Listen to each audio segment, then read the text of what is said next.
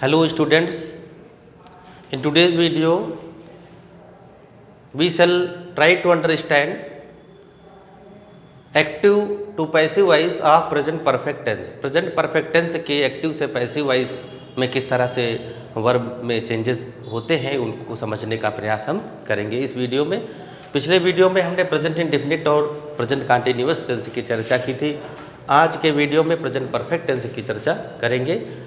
तो सबसे पहले हम प्रेजेंट परफेक्ट के अफर्मेटिव सेंटेंसेस जो होते हैं उनकी पैसिव वॉइस कैसे बनाते हैं उसकी चर्चा करेंगे। तो जैसा कि आपने अपने पूर्व के क्लासेस में पढ़ा है कि प्रेजेंट परफेक्ट की जो सहायक क्रियाएं होती हैं वो हैज़, हैव होती हैं और इनके साथ वर्ब की थर्ड फॉर्म का यूज़ किया जाता है। एक एग्जाम्पल लिखते हैं।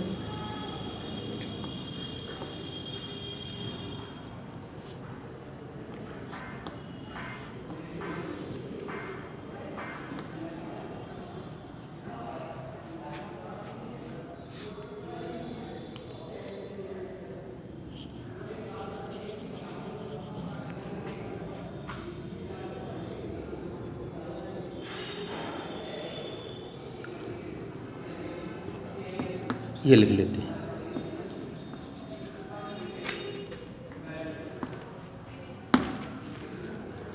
John has taken all the marbles. यहाँ जॉन सब्जेक्ट है और इसके साथ चूँकि अगर एक वचन होगा तो हैज़ का यूज़ करेंगे और अगर प्लूरल नंबर का है तो हैव का यूज़ करते हैं। यह आपको पता है। John has taken all the marbles, ये एक्टिव वॉइस में सेंटेंस दिया हुआ है। अब इसको जब हम पैसिव में कन्वर्ट करेंगे, देखिए जितने भी चाहे जो टेंस चाहे जो हो, आपको वो जो बेसिक फार्मूला है उसको सदैव ध्यान में रखना है और वो वही OVS वाला ये फार्मूला आपको हमेशा दिमाग में रखना है। इसको आप रखेंगे तो कम गलतियां होंगी। केवल वर्ब के समय ध्यान रखना होगा कि किस टेंस का है और कौन सी हम हेल्पिंग वर्ब का यूज़ करें पैसिव बनाते समय। शेष स्ट्रक्चर वैसे ही रहेगा जैसे कि प्रेजेंट इंडेफिनिट का पहला सेंटेंस हमने बताया था। ठीक। तो जो बेसिक रूल होता है, सबसे पहले हम सब्जेक्ट और ऑब्जेक्ट का रिप्लेसमेंट करते हैं। जॉन आपका सब्जेक्ट है और आगे बढ़ते हैं तो ऑब्जेक्ट आपका क्या मिलता है, ऑल द मार्बल्स। 2 या 3 शब्दों का भी ऑब्जेक्ट हो सकता है, जैसे कि यहाँ पे है all the marbles. Main word marbles है, द आर्टिकल लगा है और ऑल यानी सब मार्बल्स। मार्बल्स माने कंचे, सारे कंचे ले लिए तो ऑब्जेक्ट का आपका क्या हो जाएगा, सारे कंचे। ठीक। यहाँ मेरे कंचे, उसके कंचे, ये भी हो सकता है तो वो भी ऑब्जेक्ट आप ले सकते हैं। ठीक। ऑल द मार्बल्स, ये पहला स्टेप हो गया पैसिव वॉइस का कि हमने सब्जेक्ट की जगह पर ऑब्जेक्ट ले लिया। अब देखें, अब ये है हेल्पिंग वर्ब जो एक्टिव वॉइस में लगी हुई थी जॉन के अकॉर्डिंग, लेकिन अब आपका पैसिव वॉइस बन रहा है जिसमें हमने ऑब्जेक्ट पहले लिखा है। तो अब ऑब्जेक्ट के अकॉर्डिंग ही ये वर्ब चेंज होगी। तो ऑब्जेक्ट आपका मार्बल्स देख रहे हैं क्या, प्लूरल नंबर में, और प्लूरल नंबर में कौन सी हेल्पिंग वर्ब लगती है, हैव। तो हैज़ की जगह क्या हो जाएगा, हैव हो जाएगा। बस इसको देखते रहेंगे और बदलते रहेंगे, पैसिव आपका सही बनेगा, एक्यूरेट बनेगा। All the marbles have. अब ये है थर्ड फॉर्म जो एक्टिव वॉइस में यूज़ हो रही थी। अब जब हम इसको पैसिव वॉइस में ले आते हैं तो पैसिव में थोड़ा सा परिवर्तन होता है, वर्ब चेंज होता है। जैसे प्रेजेंट कंटिन्यूअस टेंस में हमने बीइंग लगाया था थर्ड फॉर्म के पहले, इस तरह से बनाया था क्योंकि प्रेजेंट कंटिन्यूअस में ING फॉर्म होता है इसलिए बीइंग लगाया था। प्रेजेंट परफेक्ट में थर्ड फॉर्म के पहले हम बीन का यूज़ कर देंगे, all the marbles have been हो जाएगा, तब थर्ड फॉर्म लगाएंगे। तो यहाँ हैज़ टेकन और बीच में कौन सा वर्ड जुड़ गया, बीन। कंटिन्यूअस में क्या जुड़ा था, बीइंग जुड़ा था, और परफेक्ट में बीन जुड़ जाएगा। All the marbles have been taken, फिर आप बाई लगाएंगे और बाई के बाद सब्जेक्ट आ जाएगा। अगर नाउन है तो वैसे ही लिख लेंगे, वरना ऑब्जेक्टिव केस आएगा, बाई जॉन। क्या बना sentence, all the marbles have been taken by John. Hindi क्या हो जाएगी, सारे कंचे जॉन के द्वारा ले लिए गए। ठीक।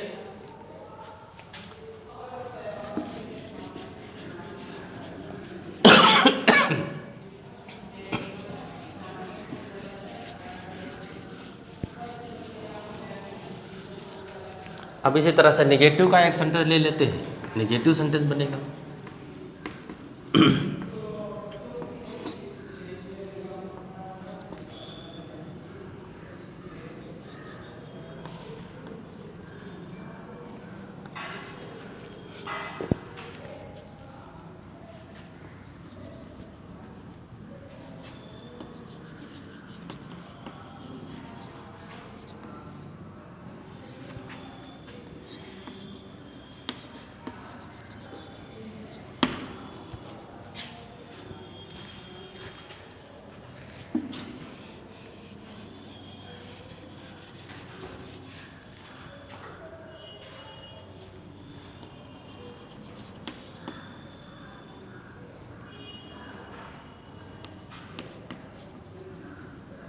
तो दूसरा सेंटेंस ले लेते हैं।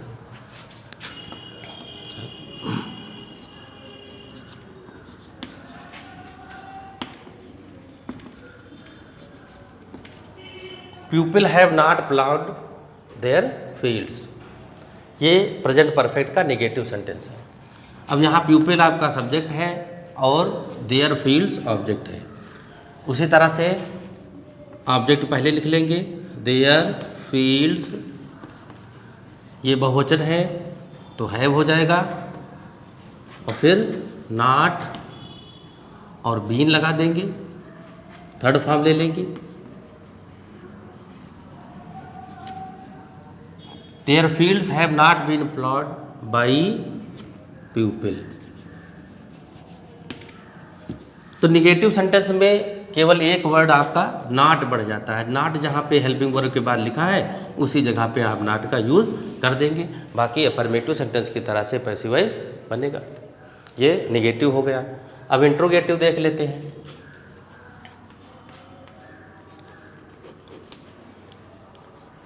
Have you paid your debts, ये इंट्रोगेटिव सेंटेंस है। Have you paid your debts, ये हेल्पिंग वर्ब से शुरू होता है इंट्रोगेटिव।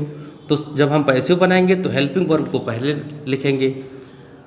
सब्जेक्ट के लिए हेल्पिंग वर्ब लगी थी, अब जब पैसिव बनाएंगे तो पैसिव के लिए हेल्पिंग वर्ब लाएंगे, ऑब्जेक्ट के लिए हेल्पिंग वर्ब लाएंगे। तो ऑब्जेक्ट आपका क्या है, योर डेब्ट्स है, और वो भी बहुवचन है तो हेल्पिंग वर्ब आपकी सेम रहेगी, हैव, और यू की जगह क्या हो जाएगा, your debts,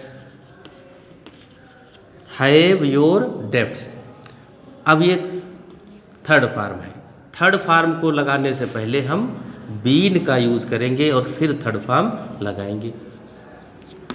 have your debts been paid, और बाई लगा देंगे, बाई यू। अब अगर डबल इंट्रोगेटिव है, जैसे इसमें कोई क्वेश्चन वर्ड लगा हुआ है यहाँ पर, वाट या विच कुछ भी लगा हो, तो हम पैसिव को उसी क्वेश्चन वर्ड से शुरू करते हैं। शेष स्ट्रक्चर आपका इसी तरह रहेगा, वो इंट्रोगेटिव सेंटेंस बन जाएंगे। ठीक है। अब इसमें भी हु और वाट वाले देख लेते हैं।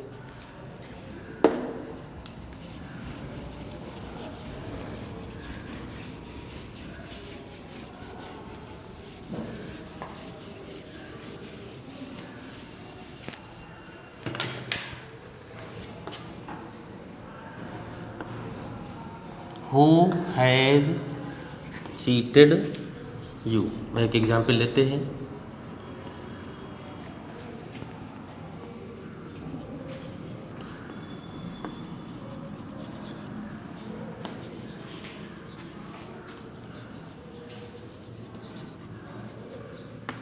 दो सेंटेंस लेते हैं, एक हु से है और एक वाट से। हु हैज़ चीटेड यू, तो हु वाले सेंटेंस जैसे कि उधर कंटिन्यूस में था, वैसे ही हु जब कन्वर्ट करेंगे पैसिव में तो सबसे पहले हु को ही बदल लेंगे बाई हु, फिर हेल्पिंग वर्ब ले आएंगे। हेल्पिंग वर्ब ऑब्जेक्ट का होगा, यहाँ पे यू है तो यू के लिए हेल्पिंग वर्ब आ जाएगी बाई हुम हैव, इसके बाद ऑब्जेक्ट लेकर आएंगे। बाई हुम के बाद हेल्पिंग वर्ब, फिर आपका ऑब्जेक्ट आएगा, और ऑब्जेक्ट आपका यहाँ पे क्या है, यू। बाई हुम हैव यू, और फिर थर्ड फॉर्म के पहले बीन और थर्ड फॉर्म लगा देंगे। परफेक्ट टेंस के सेंटेंस की लाभ ये रहता है कि इसमें थर्ड फॉर्म आपकी दी हुई होती है पहले से ही, क्योंकि हैज़ हैव के साथ थर्ड फॉर्म का ही यूज़ होता है। सेंटेंस देख लेंगे, हु को हमने बाई हुम में किया, फिर हेल्पिंग वर्ब, इसके बाद ऑब्जेक्ट का स्थान आएगा। बाई हुम, हेल्पिंग वर्ब, फिर ऑब्जेक्ट, इसके बाद बीन, फिर थर्ड फॉर्म, या थर्ड फॉर्म के पहले बीन का यूज़ करेंगे। अब ये वाट वाला सेंटेंस है, तो जैसे वाट वाला सेंटेंस कंटिन्यूअस में था, वाट वाले सेंटेंस के पैसिव बनाते समय हम सेंटेंस को वाट से ही आरंभ करते हैं। वाट,